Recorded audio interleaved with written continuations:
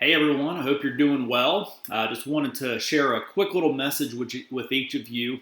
I'm going to be reading from Exodus chapter 33. If you got your Bibles, go ahead and open them up. If not, hit pause and open up your Bibles to Exodus 33. We're going to be looking starting at verse 12. This little message is for anybody who's ever experienced discouragement, anyone who's ever experienced apprehension about following God, about pursuing Him in faith, about being obedient to the things that He places before us, about going on that walk with Him, not knowing what lies ahead, not knowing where you're going, and not knowing how you're going to get there. That's who this message is for. So I want to read, and starting at verse 12, it says, "Then Moses said to the Lord, 'See, you say to me, bring up this people. But you have not let me know whom you will send with me. Yet you have said, I know you by name, and you have also found grace in my sight.'" Just to pause there for a second, Moses has already led his people out of Egypt. By his hands and his rod, the Lord has worked through him many miraculous wonders. The 10 plagues. And then he even led them to the edge of the Red Sea where Moses lifted his arms, the Red Sea split, and the Israelites crossed over on dry land. And now he's about to send them out into the wilderness so that they can travel towards the promised land. Now, in spite of all these things that the Lord has done through Moses, in spite of all these things that Moses has experienced with his own eyes, with his own hands, he has apprehensions, he has fears, he has doubts, he has worries and concerns about what lies ahead. So that should be encouragement to us all. This mighty man Moses, one of the most revered people in all the Bible, he had fears, he had apprehensions, he had doubts about being able to be faithful to everything that was put in front of him. He wanted to know, who are you going to send with me? What are you going to give me to help me with this? We often as people, we want something that we can grab onto. Maybe it's a particular leader. Maybe it's a particular circumstance in our life that if the Lord will give us this, we can now follow Him in faith. So let's go on. He says, "Now therefore I pray." So this is a prayer of Moses speaking to the Lord. "If I have found grace in your sight, show me now your way, that I may know you, and that I might find grace in your sight, and consider that this nation is your people." He wanted really three things from the Lord.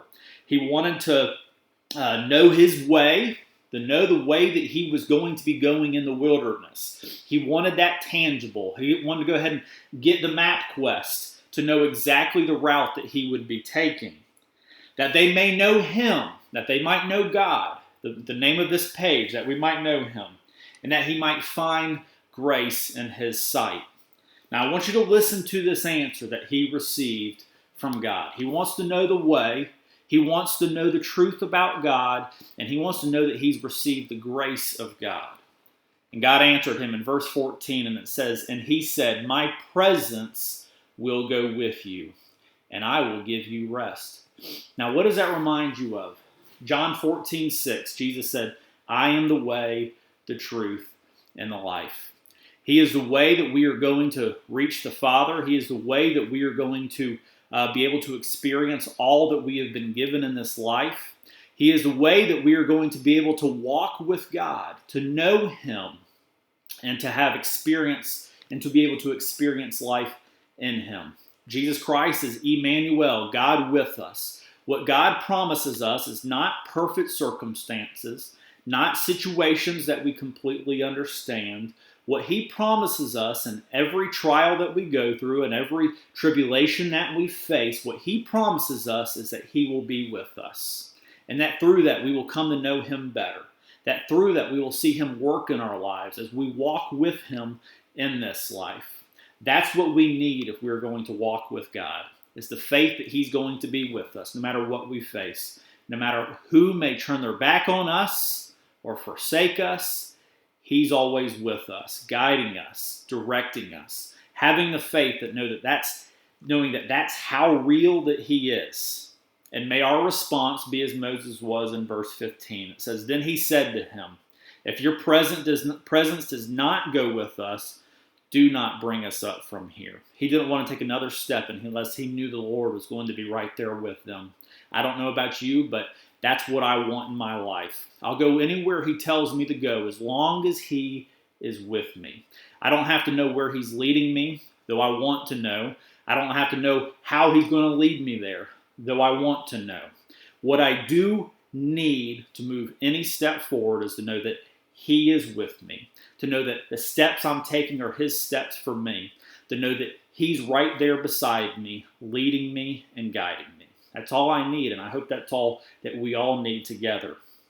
Then Moses says in verse 16, "For then will it be known that your people and I have found grace in your sight, except you go with us." How will it be known? "So we shall be separate, your people and I, from all the people who are upon the face of the earth." May we separate ourselves from this world. May we separate ourselves from the ways of this world, the systems of this world, the philosophies of this world. May we separate ourselves from that to him so that we can walk with him and we can experience his presence in our lives. So as we start wherever we are, whatever level of maturity of faith that we are, start where you are, walking with him, knowing that he will lead you to where you need to be, one step at a time, right there by your side in your presence. God bless you all. Have a wonderful day.